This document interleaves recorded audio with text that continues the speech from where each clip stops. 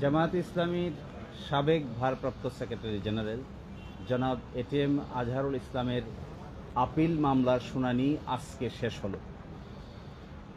মাননীয় আদালত বাংলাদেশ সুপ্রিম কোর্টের ফুল বেঞ্চ 27শে মে এই মামলার রায় দেওয়ার জন্য দিন নির্ধারণ করেছেন।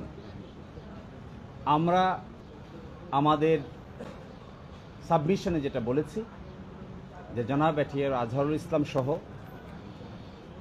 মাওলানা মতিউর রহমান নিজামী, জনাব কামরুজ্জামান, জনাব আলী হাসান মোহাম্মদ মুজাহিদ, জনাব মীর কাশেম আলী, সালাউদ্দিন কাদের চৌধুরী সকলেই সিন্ডিকেটেড ইনজাস্টিসের শিকার হয়েছেন এবং জনাব কাদের মোল্লা সহ সকলেই একটি সংঘবদ্ধ অন্যায় অবিচারের শিকার হয়েছেন। এই সিন্ডিকেট কারা ছিলেন, কিভাবে ছিলেন তা আমরা আদালতে আজকে উপস্থাপন করেছি এবং আমরা একজনের স্বীকারোক্তিমূলক জবানবন্দি যা তার বইয়ে তিনি উল্লেখ করেছেন সেটাও আদালতে উপস্থাপন করেছি। আমরা মনে করি এই রায়ের মাধ্যমে যদি আমাদের আপিলের ডিভিশন খালাস প্রদান করেন তাহলে জুডিশিয়াল কিলিং এর যে নমুনা এই দেশে প্রতিষ্ঠিত হয়েছিল এই কলঙ্ক থেকে আমাদের বিচার বিভাগ আংশিক হলেও মুক্ত হবেন এবং আমরা এক্সপেক্ট করি আমাদের দেশের সর্বোচ্চ আদালত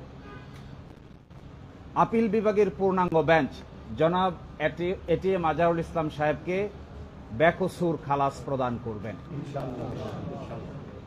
আমরা এটাও মনে করি যে নজিরবিহীন নির্যাতন এবং নিপীড়নের মধ্য দিয়ে বাংলাদেশ জামায়াতে ইসলামী পার করেছে, এই রায়ের মধ্য দিয়ে সকলের মধ্যেই নতুন করে প্রাণ সঞ্চার হবে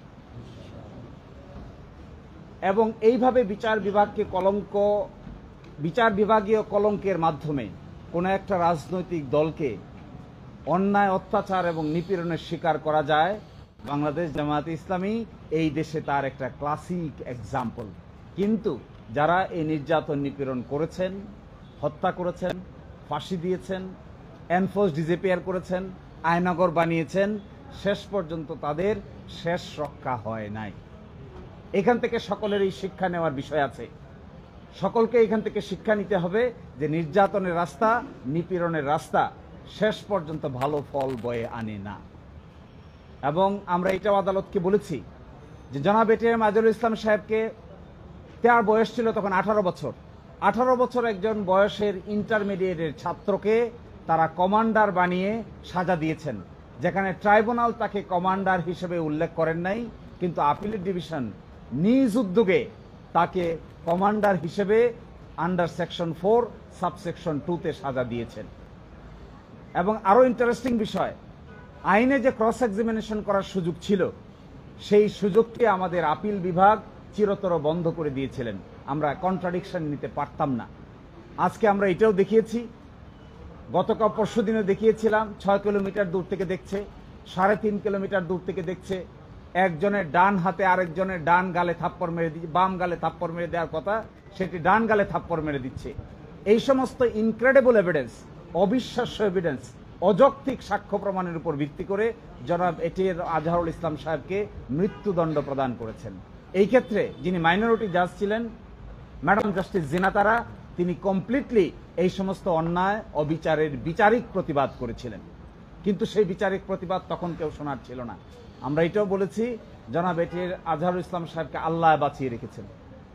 এটি আল্লাহর পরিকল্পনা, এই আল্লাহর পরিকল্পনার ভিত্তিতে তিনি বেঁচে আছেন।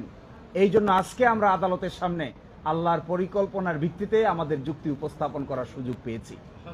তারা যদি সুযোগ পেত, তারা যদি মনে করত এবং একটু খেয়াল করত, তারা চাইলে এটিএম আজহারুল ইসলাম সাহেবকেও ফাঁসি কাস্টে ঝুলাতে পারত, কিন্তু আল্লাহর পরিকল্পনার উপরে তারা হাত দিতে পারে নাই।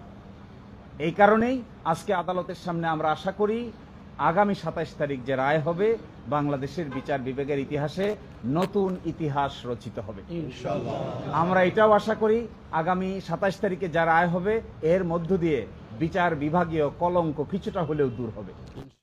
আমরা এটাও আশা করি যে যে জুলুমতন্ত্র কায়েম করা হয়েছিল এই রায়ের মাধ্যমে জুলুমতন্ত্রের কিছুটা হলেও অবসান হবে এবং আমরা এটা এক্সপেক্ট করি সিন্ডিকেটেড ইনজাস্টিস যারা করেছেন এই সিন্ডিকেটেড ইনজাস্টিসের সঙ্গে যারা জড়িত ছিলেন সময়ের ব্যবধানে একদিন না একদিন তারাও বিচারের সম্মুখীন হবেন ইনশাআল্লাহ।